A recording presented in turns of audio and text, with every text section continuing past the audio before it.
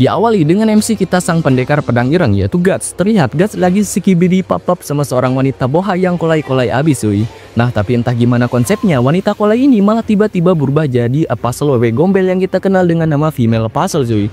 Di sini si wewe gombel bilang, "Kau jatuh dalam perangkapku dasar bodoh, inilah kenikmatan terakhirmu sebelum ku kirim kau ke neraka." Namun alih-alih panik atau takut, Guts malah meresponnya dengan bilang, "Kaulah yang akan terjebak di sini dasar bangsat." Dan singkatnya, si wewe ini dibasoka sama tangan besi Guts tepat di moncong lalu mokat. Tipu daya wanita tidak berlaku untuk Guts bro. Lalu setelah itu Guts pun pergi meninggalkan female puzzle yang sedang dipanggang menjadi wewe gombel bakar. Hari pun berganti menjadi siang. Setelah melewati malam anomali yang tidak manuk akal, Guts pergi ke sebuah kota yang kayaknya ekonomi di kota ini terbilang balangsak wak. Karena ya banyak banget pengemis cacat yang sangat mengkhawatirkan. Menurut bersih kemungkinan penyebab kecacatan mereka ini karena hukum di kota tersebut sangat jahiliyah cuy. Satu kali bikin kesalahan aja kaki tangan langsung dipotong semua. Gila, kalau diterapkan di Konoha boleh juga nih biar para koruptor pada takut gitu. Nah di tengah jalan Guts berpapasan dengan kereta kuda yang berisikan para wanita dan anak-anak wak. Entah mau dibawa kemana sih para wanita ini, tapi yang jelas muka mereka itu tidak tampak bahagia. Apakah mereka akan dibawa ke Konoha? Tentu bro juga tidak tahu. Yaudah kita lanjut. Beralih ke sebuah warkop milik Yonglex. Terlihat di warkop itu ada para prajurit yang sedang membuli makhluk imut mungil, sebut saja elf. Entah gimana para prajurit koplok ini sak menikmati pembuliannya, terutama si botak ini cuy. Nah bapak-bapak di warkop itu sebenarnya kasihan dengan si elf. Tapi ya di sisi lain mereka nggak bisa berbuat apa-apa karena ternyata para prajurit koplok ini adalah penguasa kota yang berasal dari kastil bernama Koka. Bahkan wali kota sendiri pun gak berani macam-macam gitu dengan para prajurit koplok Koka. Di sini Guts mendatangi warkop dan meminta izin kepada Yonglex. "Aku akan sedikit mengacaukan warkopmu," ucap Guts.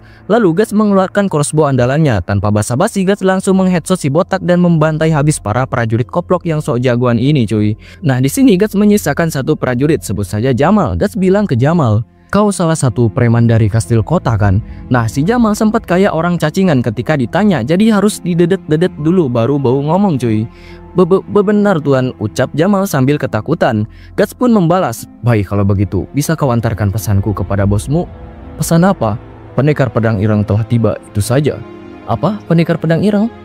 Nah di saat-saat seperti itu salah satu prajurit koplok yang kalau main FF suka ngendok hendak membokong Guts dari belakang. Ya dari belakang, kalau dari depan mah nyodom cuy. Karena Guts bukan pendekar gadungan, tentunya Guts sudah tahu akan hal itu dan langsung mengeluarkan pedang Dragon Slayer.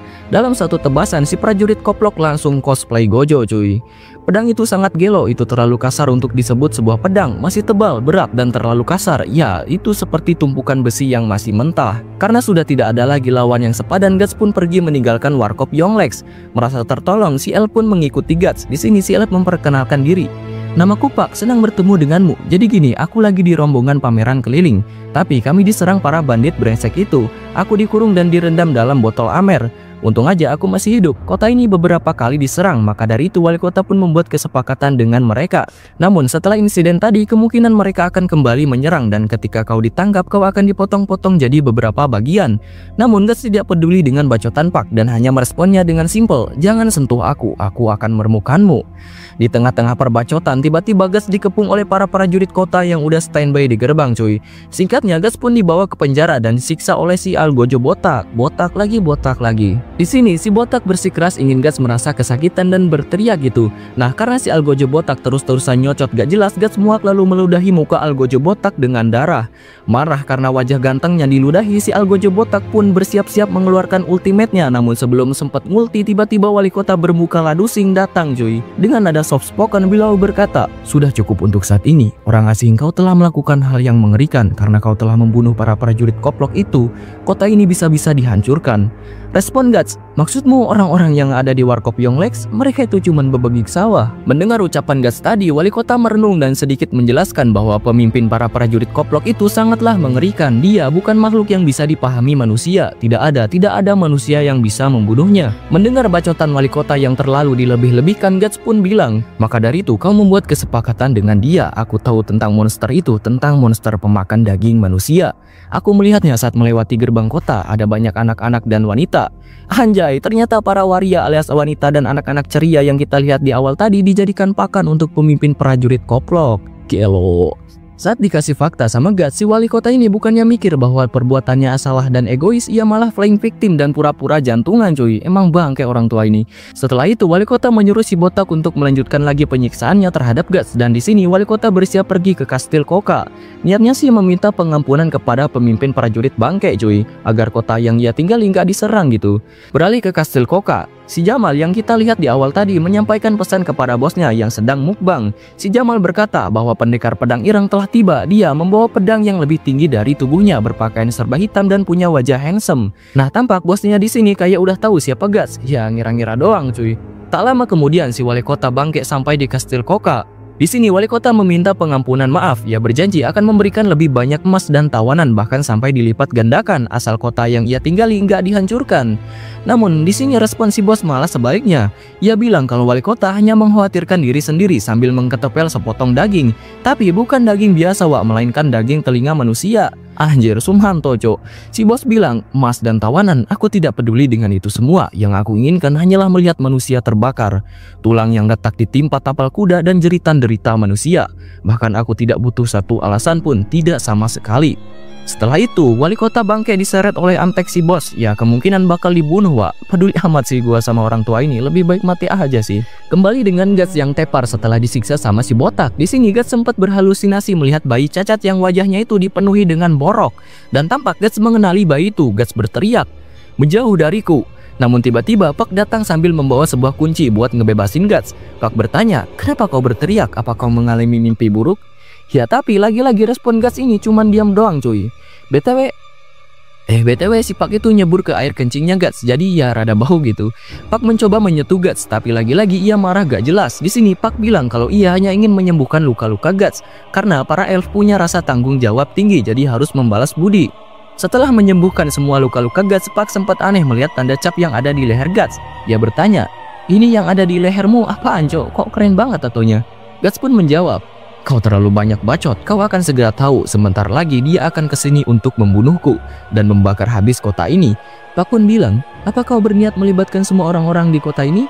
Guts menjawab, "Aku tidak peduli, yang aku mau hanyalah menemukan bajingan itu lalu membunuhnya. Persetan dengan hal yang lain, siapapun yang mati karena terlibat pertarungan orang lain hanyalah orang tolol yang dari awal tidak punya kekuatan buat bertahan hidup. Jika seseorang tidak bisa menjalani hidup seperti yang mereka inginkan, mereka bisa juga mati." Terlihat di sini Puck merasa gelisah dengan hawa kebencian dalam diri Guts yang sangat gelo cuy. Puck pun bertanya, "Lalu kenapa tadi kau menolongku?" Mendengar perkataan Puck, Guts tertawa dan bilang, "Bodoh, memangnya siapa kau? Membahayakan nyawaku untuk serangga kecil? Tidak semudah itu Ferguson." Karena respon Guts tidak enak didengar membuat Puck emosi lalu pergi. Nah gak lama setelah itu Guts merasakan hawa berbahaya di sekitarnya. Ya kalian bisa lihat dari capnya yang keluar darah cuy.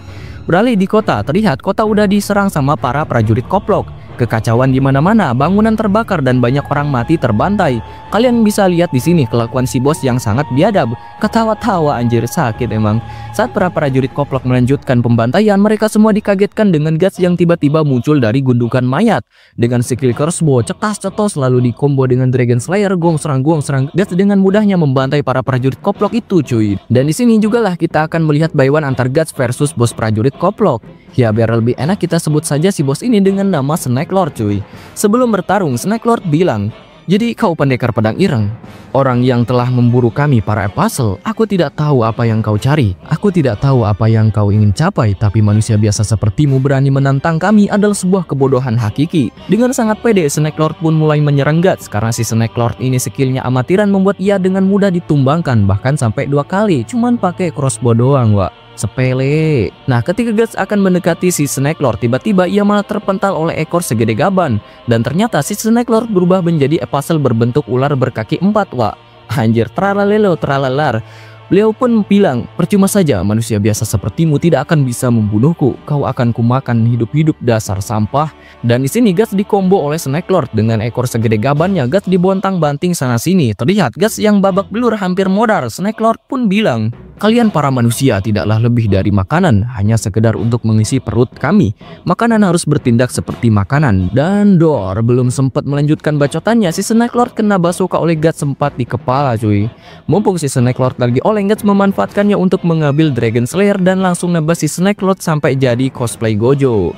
Gila, Guts ini kan cuman seorang manusia biasa gitu, tapi kenapa kuat banget ya? Nah, di sini Guts memutar balikan keadaan dengan ngespam anak panah di muka jelek si Snack cuy. Bahkan si Snack ini sampai minta ampun. Guts bilang, "Seperti katamu, kami manusia lemah, kami mudah mati, tapi tidak peduli seberapa lemahnya kami. Kami masih ingin hidup walaupun sudah dipotong-potong atau ditusuk mati." Karena terus-terusan disiksa, si Snack ini teriak kayak ODGJ, Wak. Ia pun bertanya, "Siapa kau sebenarnya?" Tanda itu, tanda pengorbanan. Kau adalah..." Sebelum beres ngomong, Guts balik memberikan pertanyaan. God Hand, di mana kelima anggota God Hand berada? Karena ilmu pergadhenan si Snack ini kurang, atau lebih tepatnya dia gak tahu di mana anggota God Hand berada, ya karena dia bilang apa sel sepertiku tidak tahu, ya bodoh teuing aing mah. Sebelum Guts pergi meninggalkan si Snack yang sedang dipanggang, Guts memberikan sedikit kata-kata. Jangan tergesa-gesa, nikmati itu selagi tubuhmu hangus terbakar. Guts pun pergi dari TKP yang seperti neraka dan melanjutkan kembali perjalanannya menemukan kelima anggota God Hand buat dicincang.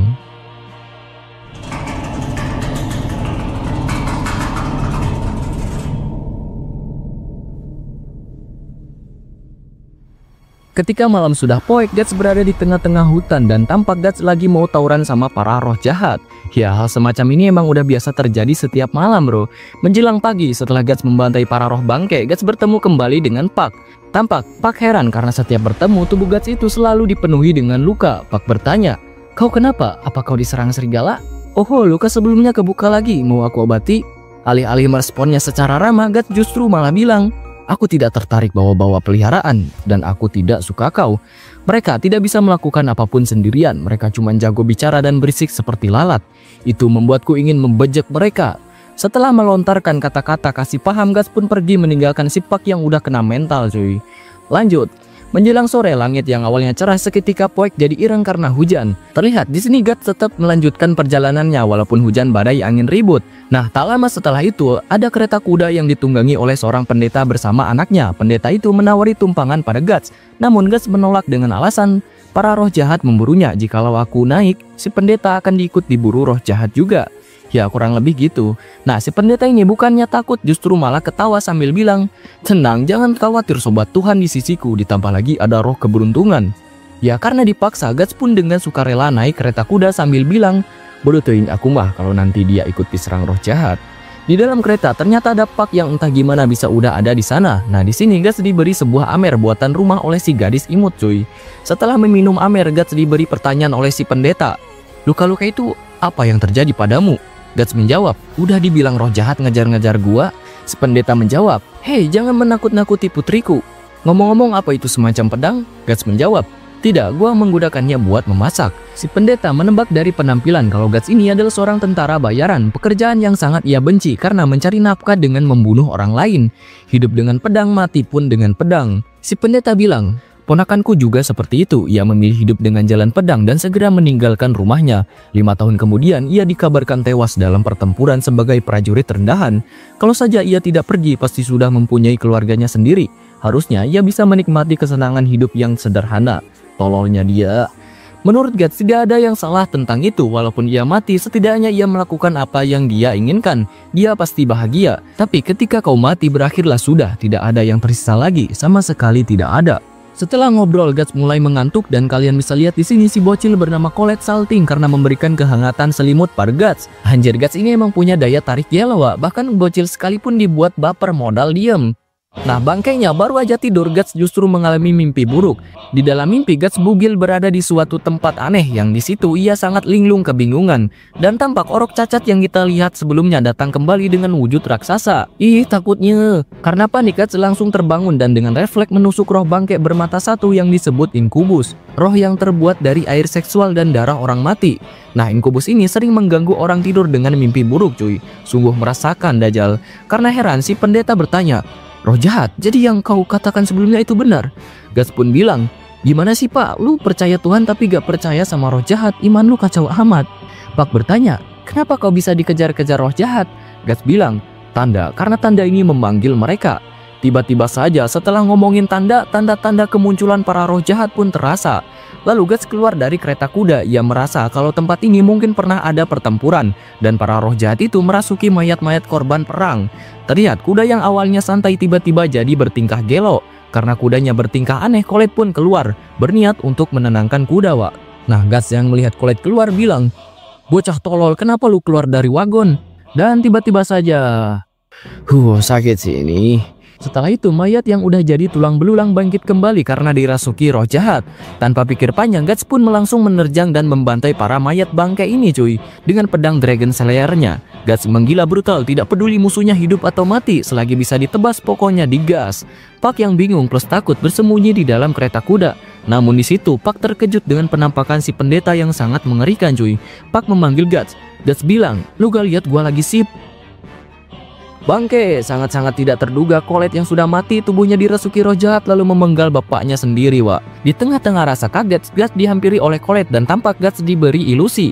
Di sini Guts sempat tertusuk di bagian pinggung, cuy. Namun Guts segera sadar lalu menebas Colette jadi dua kayak Gojo. Sungguh kejadian aneh dan membagongkan. Sebelum kembali membantai, Guts di sini sempat mual. Ya bayangin aja, cewek seimut itu ditebas Dragon Slayer sampai jadi dua. Auto muntah-muntah lah ya. Nah tapi karena rasa marah, Guts kembali bangkit dan kembali brutal membantai para roh jahat bangke yang beraninya main keroyokan.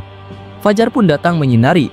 Guts yang semalaman begadang membantai para roh jahat kini tampak kelelahan. Terlihat di sini Guts menatap mayat Colette. Pak yang ketakutan setengah mati menghampiri Guts dan bilang, "Aku rasa ini sudah berakhir. Itu bukan salahmu." Hihihiha, gak ada angin, gak ada hujan, tiba-tiba Mas Guts malas cengengesan. Ya kau benar, ini bukan salahku. Sudah kubilang, siapapun yang terbunuh di pertarungan orang lain adalah kroco. Kalau mereka tidak bisa hidup bebas, maka lebih baik mati. Kedua orang itu tidak bisa melindungi diri mereka sendiri dari bencana berjalan sepertiku. Begitulah, jika kau selalu khawatir menginjak semut di bawahmu, kau tidak akan bisa berjalan. Setelah itu, entah gimana konsepnya para roh bangke ini kembali datang dengan suara kintilnya cuy. Kau milik kami, selama kau memiliki tanda, kau tidak bisa lari kemana-mana. Amarah, kesedihan, bahkan rasa takutmu adalah milik kami. Karena sudah pusing sama roh bangke ini, Guts berteriak sambil membasuhkan langit. Anjing si Arinit koplok.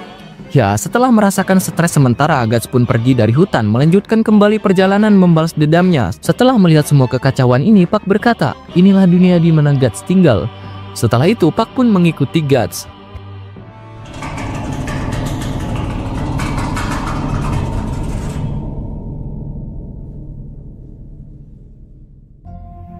Diawali dengan memperlihatkan para masyarakat yang senang berkumpul bukan buat antri bansos tapi buat menyaksikan hukuman mati seorang yang dianggap bid'at. Terlihat di sini yang divonis hukuman mati adalah seorang wanita. Setelah dipenggal, pendeta yang memvonis hukuman mati sebut saja Dahal datang menemui atasannya. Beliau berkata, "Yang mulia, eksekusi telah dilaksanakan." "Kerja bagus," ucap atasannya. Nah, Dahal di sini sempat aneh karena dalam waktu 1 bulan orang yang telah dieksekusi mencapai 5 orang. Tentunya hal ini agak sedikit berlebihan, takutnya nanti Baginda Raja akan turun tangan. Namun di sini atasannya bilang, "Aku tidak peduli, tangkap saja orang yang dianggap bid'at seperti mata-mata atau gelandangan. Aku melakukan semua ini demi kebaikan rakyatku. Melindungi kerajaan ini dari aliran sesat adalah kewajiban suciku. Kedamaian rakyatku adalah keinginan terbesarku, nafsu dan hasratku. Aku tidak akan mengizinkan orang lain untuk ikut campur." Ya, kalian bisa sebut atasannya ini dengan nama The Count cuy. Di luar terjadi sedikit kericuhan. Terlihat di sini ada seorang pria mengambil kepala si perempuan yang dihukum mati. Ya, tak lain tak bukan adalah Guts cuy. Di kerumunan masyarakat ada seorang anak kecil yang ternyata adik dari si perempuan. Namun anak kecil itu malah disodok sama penjaga. Siapapun yang ketahuan bersimpati pada bid'ah tidak akan lolos tanpa hukuman. Bahkan anak kecil kau akan dilemparkan ke penjara bawah tanah. Kemudian si penjaga itu mendekati Guts. "Hei kau, gimana kalau kau berikan itu padaku sekarang, ha?" Karena mulut si penjaga bau tai, Guts pun muak lalu meludahi si penjaga. Dan tiba-tiba saja Guts melemparkan kepala si perempuan ke arah The Count. Terlihat si Count dengan refleks nahan kepalanya. Apakah dia mantan kiper MU? Tentu saja tidak tahu. Karena kelakuan Guts yang lancang, si penjaga murka dan menyerang Guts. Namun ia dihantam tangan besi sampai rahangnya hancur cuy. Di sisi lain Count tampak menilik-nilik kepala si perempuan dan alangkah kagetnya si botak saat melihat tanda kutukan di dahi si perempuan. Apa-apaan ini? Tanda ini adalah... Si Count pun menatap ke arah Guts dengan gaya dingin tetapi tidak kejam. Guts menyatakan perang kepada si botak. Setelah itu Guts pun pergi dengan Watados alias wajah tanpa dosa. "Cih, pendekar pedang ireng, pernyataan perang ya?" ucap Count sambil meremukan kepala si perempuan bagaikan meremukan semangka. Tak lama kemudian Guts pun dikejar-kejar oleh para prajurit. Dan tampak Guts berlari sana-sini, namun akhirnya ia harus terkepung, Wak. Karena diancam akan dijebloskan ke penjara, Guts dengan tanpa pikir panjang langsung membantai para prajurit. Dengan pedang segede gabannya, Guts sangat mudah memotong para bangke itu, cuy. Dan dari sini, para prajurit keheranan. Kok bisa ada manusia yang pakai pedang kayak gitu? Nah bro, di sini Herman sama para prajurit cuy udah tahu kalau maju bakalan mati tapi tetap aja maju. Ya akhirnya harus jadi Gojo gitu.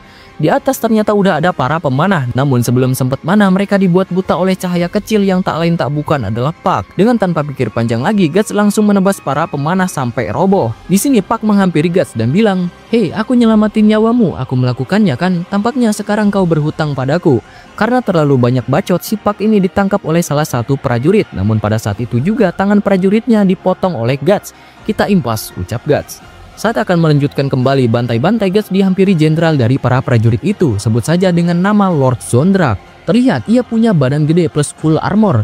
"Kau punya pedang yang lumayan bocah, mari kita lihat bagaimana pedangmu bertahan jika aku uji melawan palu perangku," ucap si Zondrak yang serangan pertamanya zong ngebadut anjing. Kalian bisa lihat di sini cara bertarung si Zondrak yang bukan hanya ngebadut tapi juga meresahkan sampai bikin kawan sendiri mokat. Tololnya dia.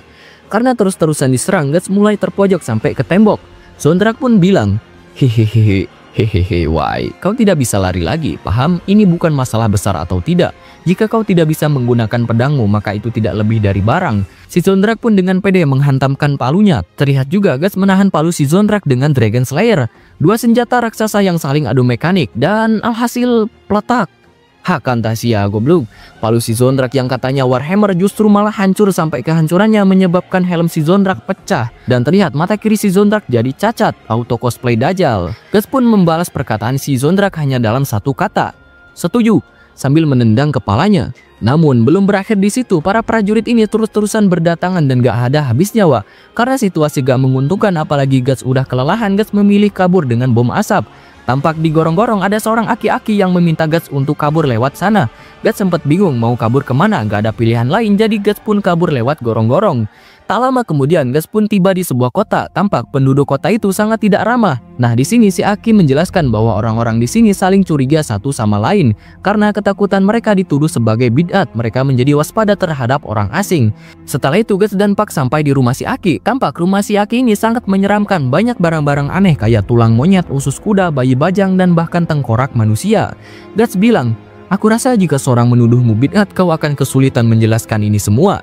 Si Aki menjawab, "Hehehe, tidak sampai ke situ, aku cuman mantan tabib, gak lebih." Guts bertanya, sebenarnya siapa si Aki, kenapa mau menolongnya?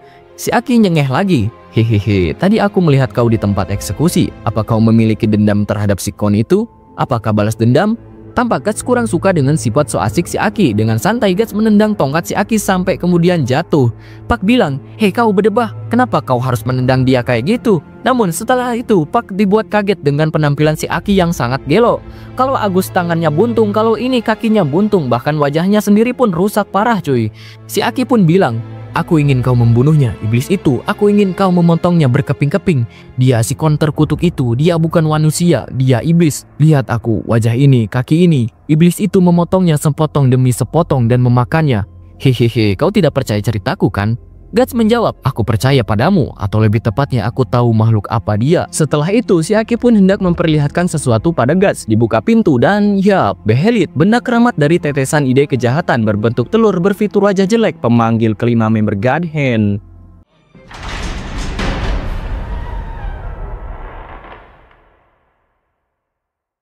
Di cerita sebelumnya, si Aki memperlihatkan benda keramat pada Guts, yaitu Behelit. Setelah bertahun-tahun tidak melihat benda terkutuk ini, Guts dibuat terkejut dengan penampakannya di rumah si Aki. Si Aki bilang, "Kau tahu apa ini?" Namun tiba-tiba Mas Guts dengan refleks nyekek si Aki. Guts bertanya, siapa sebenarnya si Aki? Dari mana ia mendapatkan benda itu? Si Aki yang hampir modal dicekek berkata bahwa ia mendapatkannya dari kastil. Ia mencurinya dari si botak Kon. Mendengar pengakuan si Aki ini, Guts pun terdiam sejenak lalu membanting si Aki bagaikan Smackdown-nya Undertaker. Guts berkata, "Beritahu aku semua yang kau tahu." Si Aki menjawab, "Baik, namaku Vargas. Dulu aku seorang dokter di kastil. Masa-masa itu Sang Kon orang yang berbeda. Dia memang kejam, tapi setidaknya dia masih manusia. Tapi 7 tahun lalu setelah dia mendapatkan barang ini, Sang Kon berubah. Dia mulai memperlakukan orang seolah-olah mereka mainan. Mereka dibedah hidup-hidup, membelah mereka, memotong-motong mereka, melecehkan mereka, lalu memakan mereka. Perburuan aliran sesatnya ini tidaklah lebih dari alasan untuk mendapatkan lebih banyak mayat.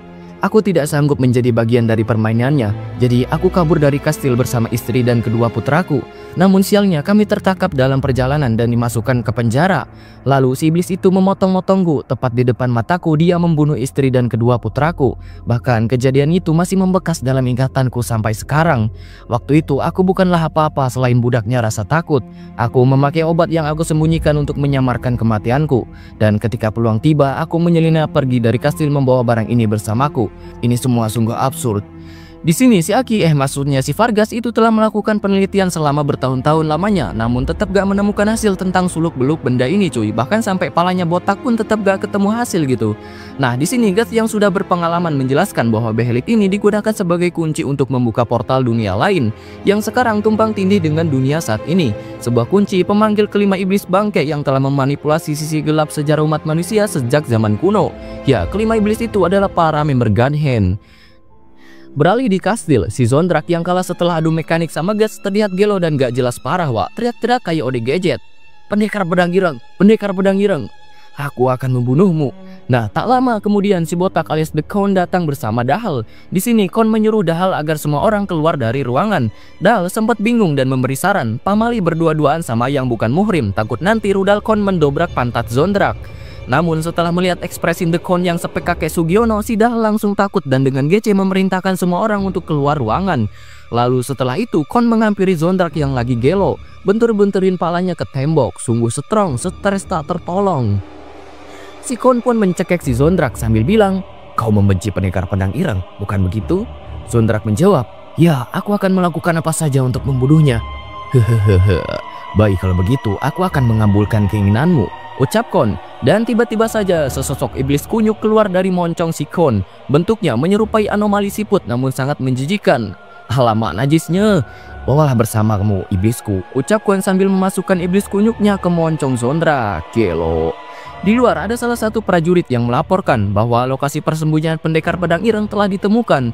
Di sini Dahal langsung menyuruh mengirimkan 30 prajurit untuk menangkap Guts. Namun Khon melarangnya karena percuma saja mengirim banyak pasukan tapi tidak ada satupun yang bisa menangkap pendekar pedang ireng.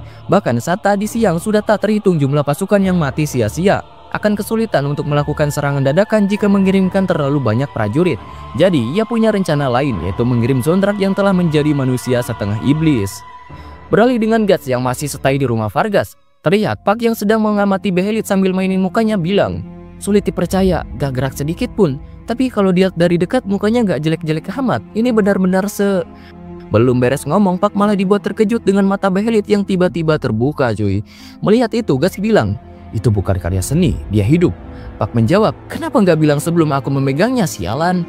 Guts membalas, "Ya dia mungkin hidup tapi tidak berbahaya di kondisinya saat ini. Bisa dibilang itu semacam alat." Lalu Pak bertanya, "Gimana caranya benda ini memanggil Gunhand?" Guts menjawab, "Tolol, aku tidak perlu melewati semua ini kalau aku tahu." Setelah adu bacot sama Pak, Guts pun menanyakan sesuatu pada Vargas. "Aku lupa menanyakanmu sesuatu. Bagaimana awalnya Khon bisa mendapatkan benda ini?" Vargas pun menjelaskan bahwa Khon mendapatkan behelit dari pedagang karavan yang berhenti di kastil waktu itu. Pedagang karavan sendiri tidak tahu menahu tentang behelit. Mereka cuma menemukannya di bazar kota sebelah timur. Ya mungkin cuma kebetulan sih cuy. Setelah itu Vargas pun memperlihatkan pada Guts peta tata letak kastil, yang dimana ada satu jalan rahasia untuk menyusup ke sana. Jadi kalau Guts lewat jalan rahasia itu, kemungkinan besar Guts bisa menyusup masuk. Nah sebenarnya Vargas sendiri ingin ikut bersama Guts, namun dia sadar akan tubuhnya yang disabilitas. Kalaupun Vargas ikut hanya akan jadi beban cuy. Vargas memohon pada Guts agar ia membalaskan dendamnya selama 7 tahun. Vargas telah menantikan momen ini dan Guts adalah harapan terakhirnya untuk balas dendam. Namun karena sifat si Vargas ini masih saja so asik, Guts kesal lalu menendang dia sampai mental. Guts bilang, "Jangan sentuh aku, kau membuatku muak. Jangan pernah kau sentuh aku lagi seperti itu, kau paham?" Karena sifat Guts yang arogan membuat Pak kesal dan berkomentar, "Apa kau sudah melihat dirimu di kaca akhir-akhir ini? Kenapa kau kejam sekali pada orang lain?" Guts bilang, "Kaulah yang tampak seperti monster. Setidaknya jagalah sifatmu itu agar tidak terlalu menyedihkan." Vargas yang tidak keberatan dengan perkataan Guts hanya bilang, "Tidak masalah, asal kau bisa membunuh si Khon itu, aku tidak peduli apa yang kau katakan tentangku." Guts pun menjawab, "Cih, dasar bajingan cupu, aku tidak akan membalaskan dendamu, tapi aku akan tetap membunuhnya. Jadi diam saja kau." Namun di tengah-tengah perbincangan panas, situasi mendadak hening sesaat dan jebret, si Zondrak yang telah menjadi manusia iblis datang untuk memergoki Guts. Dengan senjata barunya yaitu kapak perang, Zondrak langsung menyerang Guts secara membabi buta. Meskipun Guts sempat terpental, setidaknya dia masih bisa menahan. Di sini Guts udah tahu kalau Zondrak bukan lagi manusia. Ya lihat aja mukanya udah jadi tungtung jagur, Wak. Belum sempat bangun, Zondrak kembali menyerang Guts. Namun karena Guts mantan player Mortal Kombat, Guts dengan cepat menghindar lalu memotong tangan si Zondrak. Di sini Zondrak sempat kesakitan, tapi anomalinya tangannya ini tubuh kembali bagaikan Venom, Wak. Astaga Dragon. Karena tangannya si Zondrak spek Venom, dia bisa mengambil kembali kapak perangnya lalu bersiap-siap mengeluarkan skill membabi buta. Dirasa situasi makin berbahaya, Guts pun dengan sigap masang kuda-kuda pertahanan PSHT. Dan benar saja si Gelo Zondrak menggila dengan mengayunkan kapak sebagai pecut. Mencabuk sana sini gak peduli apa yang terjadi, pokoknya babat ae. Melihat skill cambuk helikopter Zondrak yang sangat mengerikan, Pak pun bilang, dia mengayunkan kapak perang itu sebagaikan cambuk. Itu terlalu cepat untuk diikuti mata manusia. Tapi meskipun itu terlalu cepat untuk dilihat oleh mata kita, Guts mampu menghadang setiap serangannya. Yap, tidak usah diragukan lagi, Mas Guts memang the real strongest human in Berserk. Meskipun sedikit kesulitan, Guts masih mampu untuk menahan semua serangan Gelo si Zondrak. Dan ketika peluang tiba, Guts memanfaatkan jubahnya untuk melakukan skill 2 Alucard. Di sini Guts berhasil menebas tangan si Zondrak, lalu dilanjutkan kembali dengan combo tebasan atas. Guts berhasil memotong sebagian kepala Zondrak sampai oleng. Hakan Tasya goblok. Melihat kehebatan Guts, Pak merasa kagum. Aku sudah tahu kalau dia itu kuat, tapi dia cuma seperti mengayunkan pedangnya secara liar. Tapi aku sekarang sadar kalau dia seorang pendekar pedang ireng. Namun baru saja istirahat 5 menit, alangkah Gelo Zondrak yang palanya udah mirip logo Apple masih aja tetap hidup cuy. Tampak muka si Zondrak yang Dark System seperti akan memunculkan sesuatu. Dan ya, si iblis kunyuk bermuka jahanam muncul kembali cuy. Iblis kunyuk di sini kagum dengan kehebatan Guts, mengingat dia cuman manusia biasa. Guts memang manusia biasa, tapi tekad dia di luar batas biasa. Camkan itu dasar iblis kunyuk. Tampak juga Vargas dibuat kaget dengan muka si iblis kunyuk yang mirip dengan muka Khorne. Dan gelonya si iblis mengenali Vargas. Ya, iblis kunyuk ini adalah bagian dari tubuh Khorne, punya sedikit kekuatan dan ingatan, bisa dibilang juga Khorne versi late bro. Melihat Behelit nganggur tergeletak, Vargas dengan gercep mengambilnya, dan tampak iblis kunyuk marah karena ternyata yang mencuri Behelit adalah Vargas. Jadi kau rupanya, tunggu saja saat aku mengurus yang satu ini, aku akan senang melanjutkan urusan kita 7 tahun lalu. Setelah itu iblis kunyuk berkata pada Guts, benar-benar luar biasa, kau telah mengasah skill dan kemampuanmu sampai sejauh ini. Tentunya tidak ada satupun yang bisa mengalahkanmu, tidak satupun manusia pastinya. Fakta bahwa kau manusia adalah kehancuranmu. Setelah membacot, si iblis kunyuk kembali mengendalikan tubuh Zondrak dan tentunya dengan serangan membabi buta tanpa pakai otak cuy.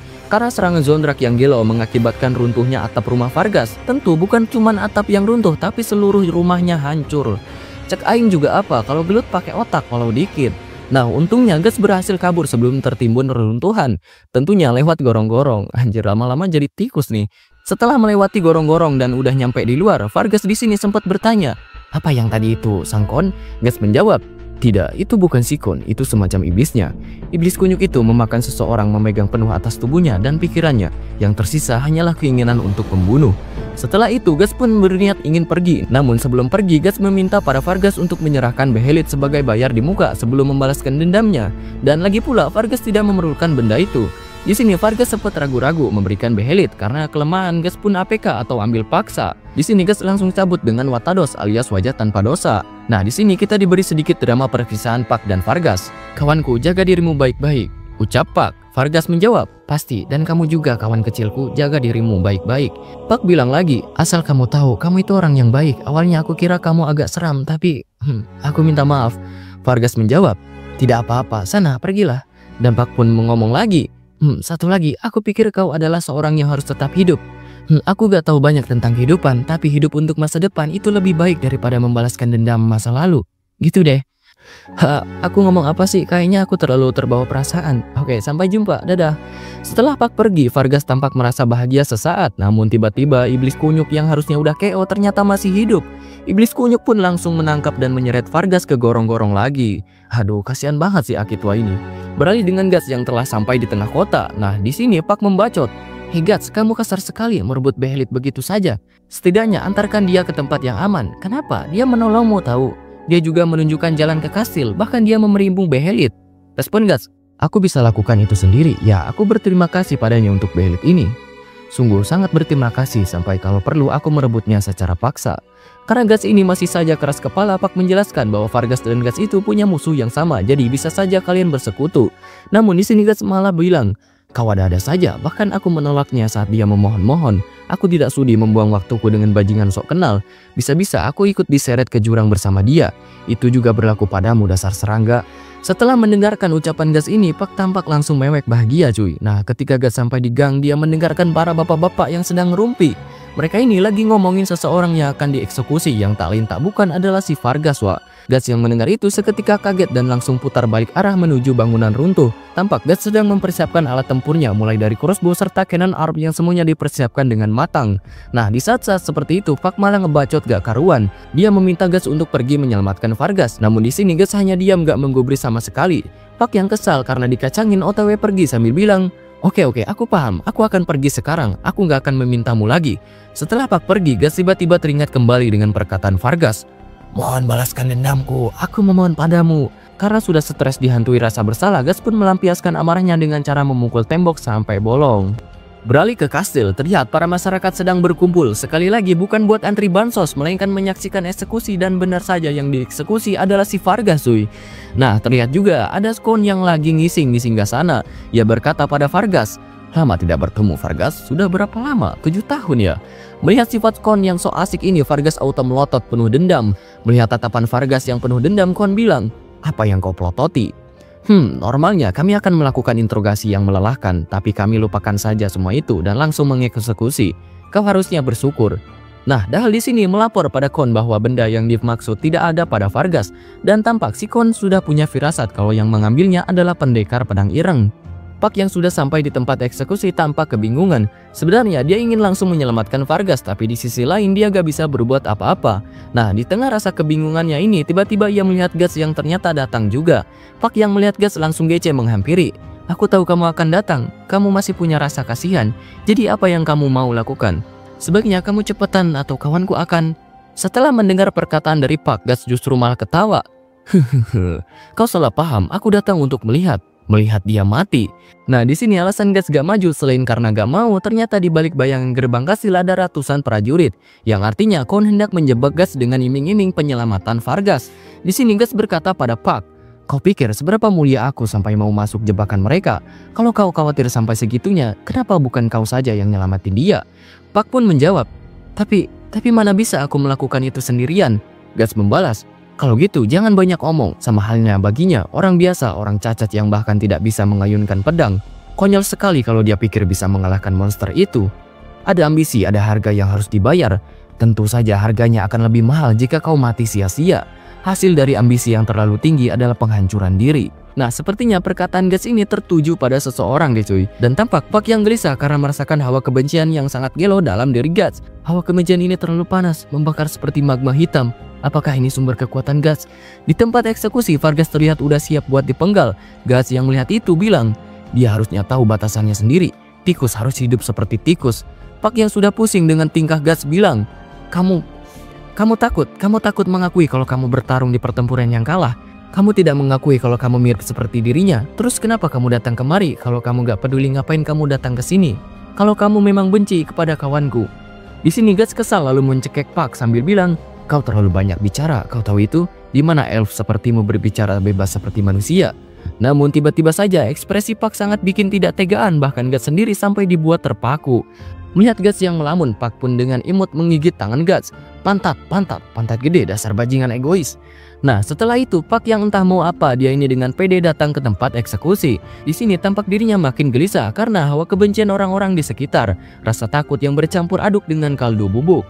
Karena Guts gak mau menolong Vargas, Pak terpaksa maju, berusaha menghadang, tapi ya ketebaklah hasilnya kayak gimana, ngebadut anjing. Sebelum mati, Vargas memberikan kata-kata terakhir pada Kon. Kematian akan segera datang menghampirimu bersama ratusan korban yang kau bunuh yang akan menarikmu ke neraka. Pendekar pedang ireng, aku memohon padamu, tentenglah kepala iblis ini di hadapan kami semua. Angkat kepalanya di hadapan kami. Dan kepala si Vargas El Vargaso pun terpenggal. Mau kasihan tapi ya udah. Guts yang melihat kejadian itu langsung ilinu dan pergi, namun bangkainya baru saja berjalan, Guts dibuat terkejut dengan si bayi cacat yang tiba-tiba muncul kembali dengan wujud kepala Vargas. Ih, takutnya. Beralih di sebuah tempat yang dijadikan sebagai tempat pembuangan mayat, tampak kepala Vargas yang sangat ganteng hendak dibuang kedua orang ini, namun tiba-tiba saja sesosok hitam muncul dari belakang, dan ya, itu adalah Guts. Guts langsung menteparkan kedua orang itu. Setelah membuat tepar, Guts menatap kepala Vargas dan berkata, "Tatapan raut wajahmu dipenuhi dengan dendam. Aku tidak akan gagal sepertimu." Namun di saat-saat seperti itu, tiba-tiba para roh dari korban eksekusi berdatangan menyerbu Guts. "Kembalikan kepadaku, kepalaku. Aduh, sakit sekali." Terlihat para roh itu hendak merasuki tubuh Guts, bahkan udah mau 100% dirasuki. Ya untung aja Guts sadar dan langsung muntah-muntah. Anjing gelo. Lalu setelah itu Guts berkata, Tidak akan aku berbeda dengan kalian yang sudah mati. Kalian cuman bajingan gak berguna. Menjauh dariku dasar bangke. Ini pertempuranku, manusia dari daging dan darah. Ya, aku akan membunuh si Kon itu dengan darah dan dagingku sendiri.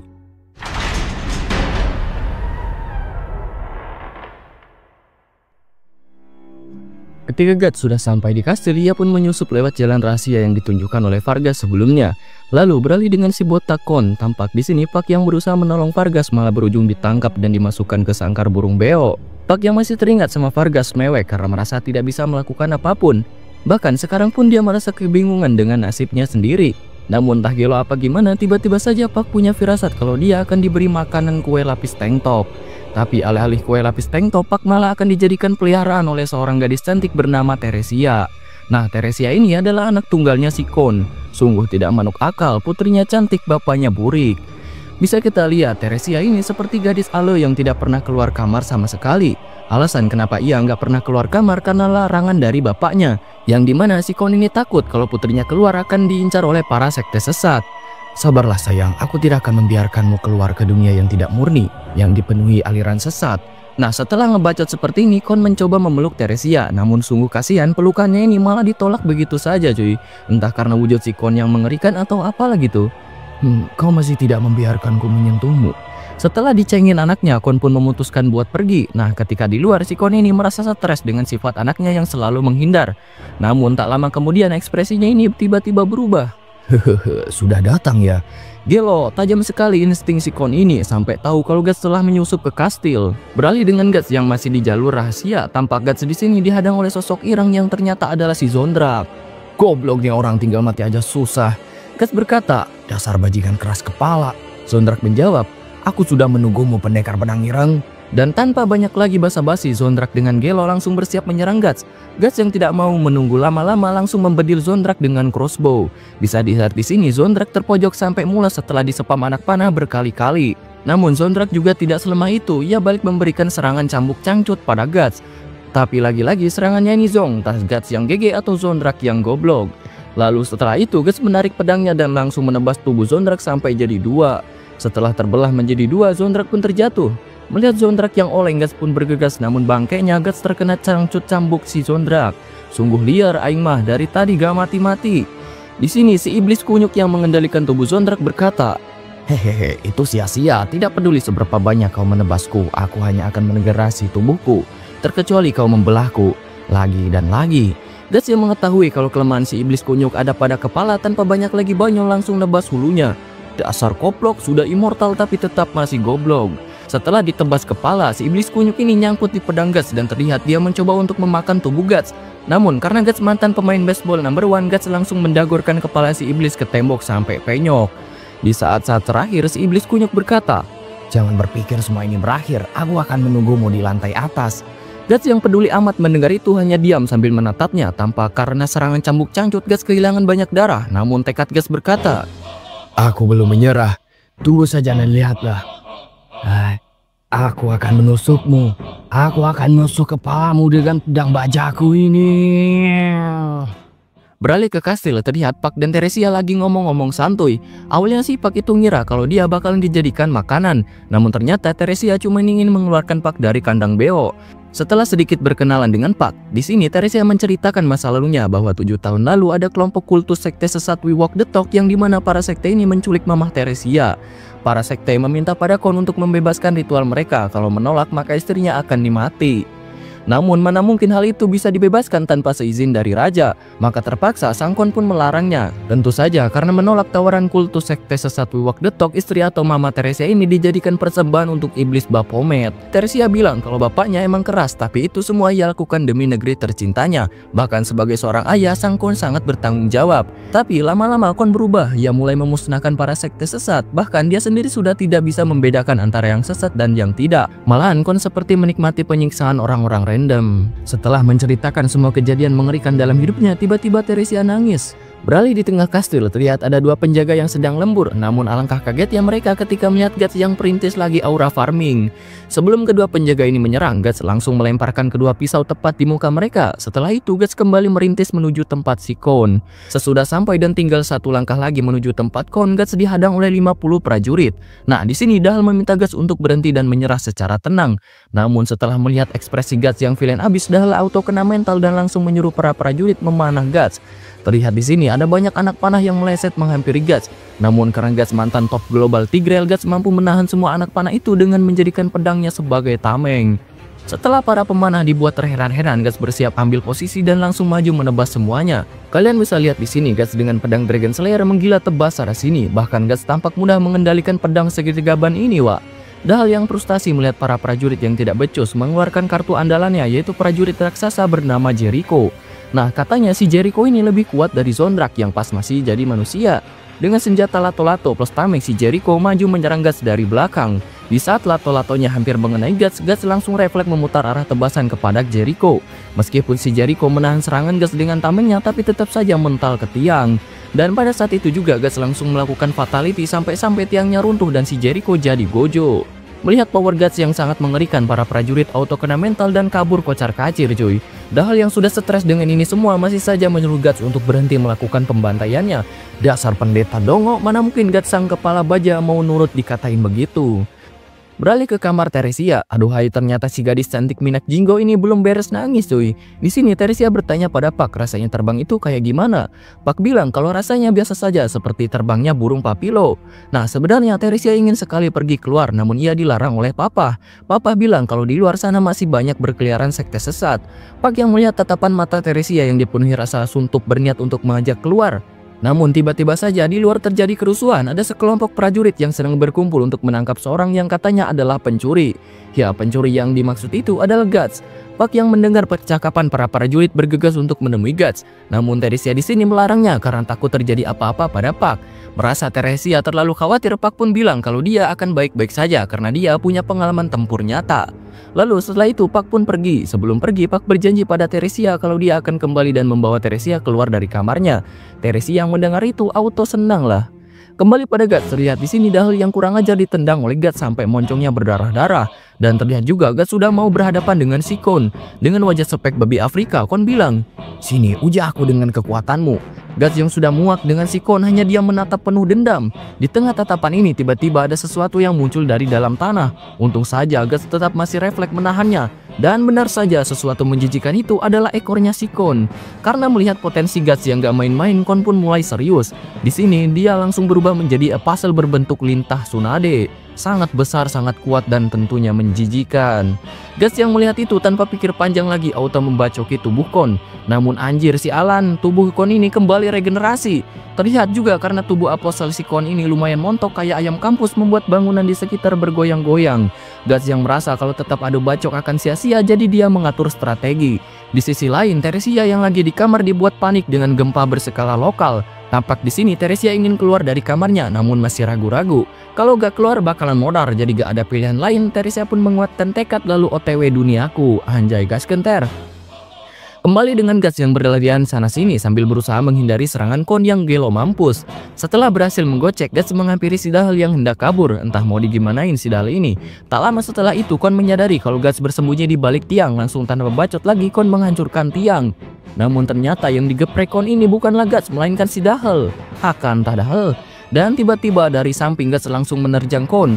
Dan di tebasan kali ini Guts berhasil memotong kumis siput Kon. Bentar, kumis bukan sih? Bodoh ting aing mah. Meskipun merasa kesakitan, Kon masih dengan lihai dan bohai menggeboy Guts sampai mental. Di sini Kon pun berkata, "Kau memancingku dan menebas kepalaku tiba-tiba. Tapi ya pada akhirnya itu cuma teknik manusia. Kecepatanmu cukup membuktikan kalau kau adalah pejuang teratas. Ironis sekali kau berpikir bisa mengalahkanku. Aku berada di luar nalar manusia. Tanda di lehermu. Mustahil manusia bisa selamat setelah terukir tanda di dagingnya. Apa ini yang disebut balas dendam? Tapi tentu saja kau tidak akan pernah menang. Orang biasa sepertimu. Lihatlah dirimu, kau tidak bisa berdiri lagi setelah menerima seranganku. Sudahilah peperangan konyolmu ini. Aku akan mengirimmu ke neraka di mana kau bisa istirahat dengan tenang. Tempat yang ditakdirkan untukmu setelah terukir oleh tanda itu. Setelah beres ngebacot, Kon pun melanjutkan penyiksaan kepada Guts. Guts dibontang-banting sana-sini, didagor-dagor sana-sini, di smackdown sampai babak belur. Terlihat di sini, meskipun sudah bonyok, Guts masih teguh pada tekadnya untuk balas dendam. Bisa kalian lihat dari pedang Dragon Slayer-nya yang gak lepas sama sekali dari genggaman. Lalu si Kon yang bro ini sudah muak dengan mukanya tertawa terbahak-bahak. Dan volume 2 pun diakhiri dengan Guts yang tepar dibully sama Kon. Sungguh anjir sekali si botak biadab ini ya. Kita dari tadi diliatin bagaimana Guts yang 24 jam bertarung habis-habisan, bahkan sampai gak dikasih tidur. Tapi dari sini kita tahu bahwa ternyata tekad manusia itu bisa sangat gila.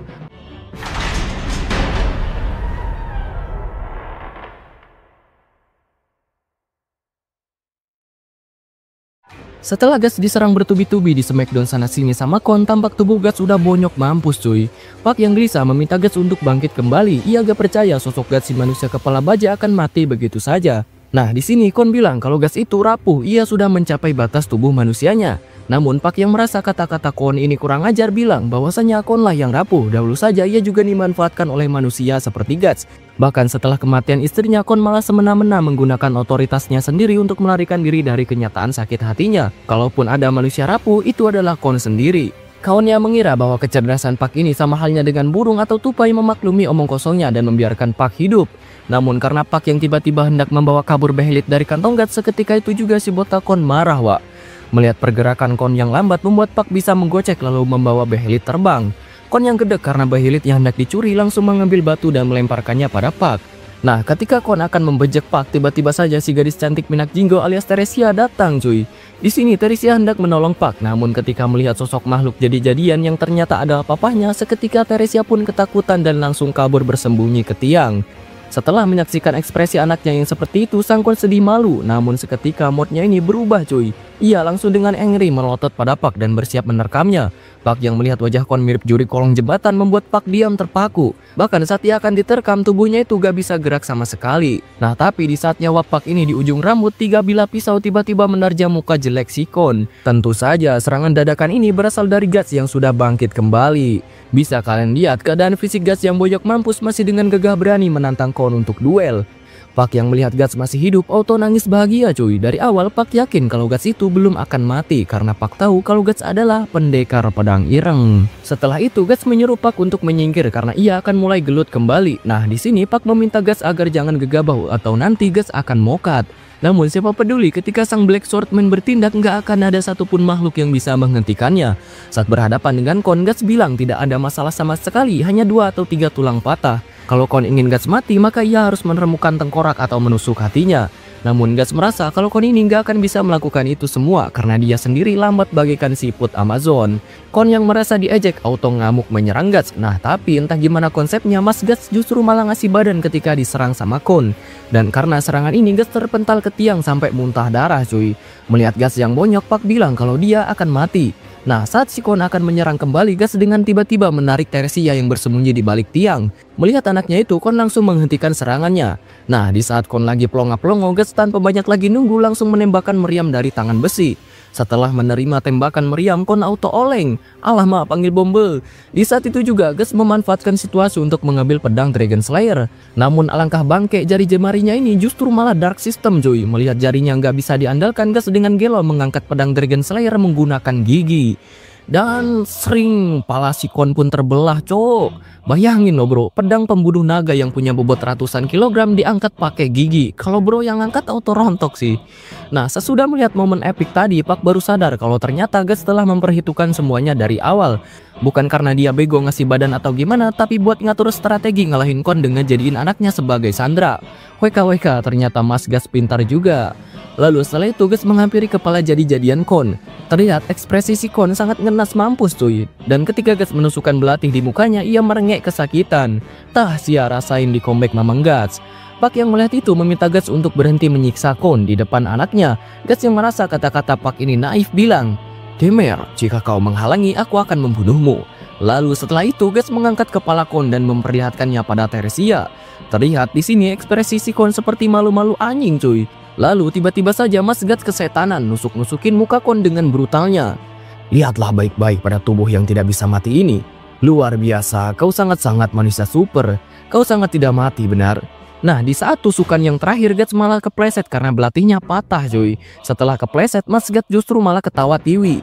Namun tiba-tiba saja benda keramat berbentuk telur berfitur wajah jelek yaitu Behelit berelobrasi setelah terkena darah Kon yang putus asa. Behelit menjerit membuka portal dimensi astral. Tampak di sini Pak keheranan dengan apa yang terjadi secara tiba-tiba. Nah, terlihat cap Brand of Sacrifice di leher Gas menyemburkan darah, bahkan Gas sendiri sudah lemas cuy. Dan jam 5 iblis bangke penguasa kegelapan yaitu para member God Hand memperlihatkan diri mereka.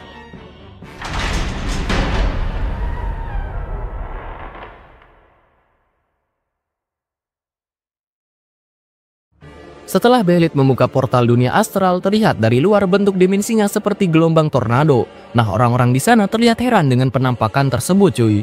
Beralih ke dalam dimensi astral, para member God Hand yaitu Conrad, Ubik, Slane, Femto, dan Void datang karena panggilan dari Kon. Gas yang melihat Femto berteriak penuh dendam. Nah, ketua mereka yaitu Void berkata bahwa rasa putus asa dari Kon lah yang memanggil mereka ke sini. Kon memohon kepada para member God Hand untuk mengabulkan permintaannya, yaitu mengorbankan Gas sebagai tumbal. Namun hal tersebut ditolak karena keinginan Kon yang sebenarnya bukanlah balas dendam, melainkan ketakutan akan kematian. Setelah dikasih info seperti ini, si Kon malah bikin alasan bahwasanya Gas adalah orang yang menghancurkan para apostle. Seharusnya para member God Hand ini menganggap Gas sebagai musuh. Mendengar alasan Kon yang goblok, para member God Hand ini tertawa dan berkata, "Sebagian pelayan tidak berharga yang terbunuh tidaklah penting bagi mereka. Keberadaan Gas yang kecil di bawah perhatian kami." Gas yang mendengar ucapan para iblis bangke ini auto gak terima dan langsung bangkit bersiap menyerang Femto. Namun tanda kutukan itu malah makin menjadi-jadi, bahkan rasa sakitnya seperti membunuh Wak. Tapi Gas di sini masih tetap maju sambil bilang, "Keberadaanku yang kecil, jangan buat aku tertawa. Kau yang berada di sini sekarang, berterima kasihlah pada keberadaanku yang kecil ini. Terima kasih karena diriku yang telah membantai tentara orang mati karena kau.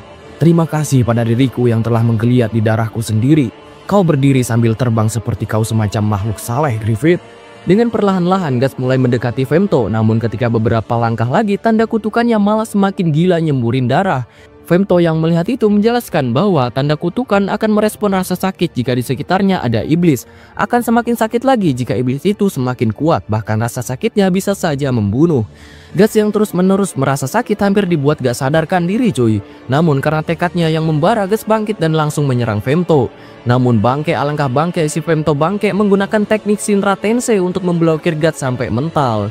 Nah, salah satu member God Hand yaitu Mommy Slane sangat birahi melihat tekad Gas ini. Bahkan di saat tubuhnya yang sudah mencapai batas, ia masih mampu mengayunkan pedangnya. Mommy Slane akan sangat suka jika Gas menjadi bagian dari mereka. Namun karena Gas belum diberkati hukum takdir, hal semacam itu tidak akan terjadi. Setelah menyaksikan drama ini, ketua guild yaitu Void menyuruh Kon untuk segera melakukan pengorbanan. Namun si Kon yang lagi-lagi tolol malah kekeh pengen ngorbanin Gas. Para member God Hand menjelaskan bahwa seorang yang telah dicap tidak bisa dijadikan tumbal untuk kedua kalinya. Apalagi Gas itu adalah musuh Kon, bukan orang yang berharga bagi Kon. Setelah dibacotin sama para member God Hand, Kon bertanya siapa yang harus ia korbankan. Femto pun menuju kepada anaknya Kon yaitu Teresia. Ya, siapa lagi yang mau dikorbankan kalau bukan Teresia? Nah, Kon di sini ragu untuk mengorbankan Teresia karena dia itu sangat-sangat sayang anaknya. Melihat Kon yang ragu-ragu, salah satu member God Hand yaitu Ubik si kecil bilang, "Kenapa tidak lakukan saja seperti sebelumnya, seperti saat Kon mengorbankan istrinya?" Lalu si kecil Ubik memperlihatkan masa lalu sang Kon. Dahulunya Kon adalah pemimpin sebuah benteng. Setiap hari ia memburu para sekte sesat. Bisa kalian lihat di sini, Kon bersama istri dan anaknya tampak hidup bahagia layaknya keluarga Brownies. Nah, pada suatu hari ketika sang Kon pulang dari pertempuran yang melelahkan 7 hari 7 malam gak tidur, Kon memutuskan untuk pulang ke pangkuan istrinya. Namun betapa syoknya Kon saat melihat istrinya bersama para sekte sesat walk the talk lagi asik pesta iclik cuy.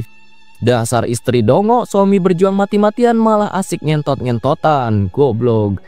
Melihat kejadian itu, Sang Kon auto murka tanpa banyak omong lagi langsung membantai semua sekte sesat We Walk the Talk. Dan ketika Kon akan membunuh istrinya, Kon malah gak tega, justru ia malah akan bundir cuy. Nah di tengah rasa keputusasaannya ini, Behelit yang ia beli dari pedagang karavan sebelumnya aktif dan ngesumon para member Godhand. Karena rasa sakit hati yang gelo mampus, Kon memutuskan untuk membuat perjanjian dengan iblis dan mengorbankan istri dongonya. Setelah melihat masa lalu Sang Kon yang menyedihkan ini, para member Godhand menyuruh Kon untuk segera mengorbankan Theresia. Di sisi lain, Guts yang ternyata masih hidup meminta Pak untuk menyembuhkan jarinya agar Guts bisa mengangkat pedang Dragon Slayer lagi.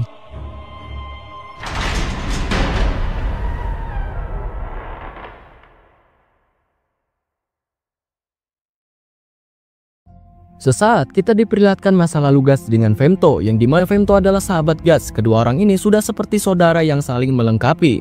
Waktu itu Femto atau Griffith ini terlihat sangat bersinar bagaikan lampu LED. Kembali dengan situasi yang mencekam pantat, para member Godhand terus-terusan saja menggoda Kon untuk mengorbankan Theresia, maka kalau tidak ia akan berakhir di sini. Di sisi lain, Pak kebingungan mau nolongin Theresia atau nyembuhin Guts. Guts meyakinkan Pak sembuhkan tangannya dulu atau nanti akan terjadi sesuatu pada Theresia. Jika hal itu tidak mau terjadi, maka cepatlah sembuhkan. Kalian bisa lihat di sini tatapan Guts mengarah pada si Femto. Guts ngebatin, aku di bawah perhatianmu. Keberadaanku yang kecil ini di bawah perhatianmu, begitu ya. Kembali dengan Kon yang masih ragu-ragu untuk mengorbankan Theresia. Karena kelamaan, Femto pun memperlihatkan gambaran kecil dari neraka, yang dimana jika Kon mati sia-sia, maka jiwanya akan berada di gelombang itu selamanya. Seperti air terjatuh tidak akan jadi apa-apa selain menambahkan lautan dari kegelapan. Dan itulah takdir dari orang yang telah melakukan perjanjian dengan iblis. Kon di sini disuruh agar segera melakukannya hanya dengan satu kalimat, aku berkorban, maka semuanya akan selesai dan si anak akan menjadi milik iblis. Namun tetap saja Kon ini tidak mampu untuk melakukannya, apalagi ketika dia melihat wajah Theresia yang minat jinggo, hati Kon ini dibuat luluh cuy. Nah karena kelamaan apalagi para member Godhand ini ada kerjaan lain, ancaman takdir pun telah diputuskan. Jadi Kon tidak bisa mengorbankan Theresia dan mau gak mau dia akan diseret ke neraka oleh jiwa-jiwa orang mati. Terlihat di antara orang-orang mati itu ada Vargas El Vargaso yang ikut join cuy. Haduh orang tua ini di dunia menderita, di akhirat masuk neraka. Tapi kalau dipikir-pikir ancaman Vargas pada Kon sebelumnya itu benar kejadian cuy. Vargas bilang kalau Kon akan mati diseret ke neraka bersama jiwa-jiwa orang mati. Dan sekarang lihat beneran kejadian kan. Theresia yang melihat papahnya ini digudur ke neraka auto nangis sejadi-jadinya cuy. Nah bangkainya para jiwa-jiwa ini malah mau ngegondol Guts karena Guts memiliki tanda pengorbanan. Di saat akan diseret, Guts dengan cepat mengambil bubuk mesium untuk mengisi laras tangan besinya. Ketika sudah terisi, Guts langsung menembakkan meriam tepat ke arah Femto. Nah karena tekanan tembakan dari meriam membuat Guts berhasil terlepas dari cengkraman para jiwa koplok. Namun tentu saja tembakannya tadi gak ngaruh sedikit pun pada Femto. Dan setelah itu para member Godhand ini cabut dari TKP. Sebelum pergi, Femto dan Guts saling tatap menatap. Dasar Femto bangke, sini ku aing ditusbol sia. Sesudah semuanya berakhir, dimensi astral juga sudah hilang. Cuaca di luar tampak indah seperti saat kita bertemu, anjay. Theresia yang tidak percaya dengan semua kejadian ini terus menerus nangis gak karuan. Bahkan dia sempat pengen mati cuy. Guts yang melihat Theresia seperti itu memberikannya sebuah pisau untuk bundir dengan cara memotong urat nadinya. Namun Pak yang tidak mau hal itu terjadi meminta pada Theresia agar jangan gegabah. Nah di saat-saat seperti ini lantai di bawah Theresia tiba-tiba roboh wak. Melihat Theresia akan terjatuh, Guts dengan refleks nyodorin pedangnya. Terlihat Theresia ini sebenarnya belum pengen mati cuy. Ya berarti yang tadi itu cuman gegayaan doang. Dasar bocil-bocil cuman ngerasain secuil penderitaan Guts udah pengen mati. Setelah ditolongin, Theresia ini bukannya terima kasih malah marah-marah gak jelas. Dia nyalahin semuanya ke Guts dan suatu hari dia akan berjanji membunuh Guts. Guts yang mendengar itu hanya bilang, baiklah aku akan siap kapanpun kamu siap. Lalu Guts pun pergi sambil membawa mantel dan Behelit. Nah bro juga bingung cuy, ekspresi Guts ini tiba-tiba saja sedih. Apa karena rasa sakit setelah bertarung atau perkataan dari Theresia gitu? Atau malahan melihat masa lalu Kon? Entahlah, tebak aja sendiri.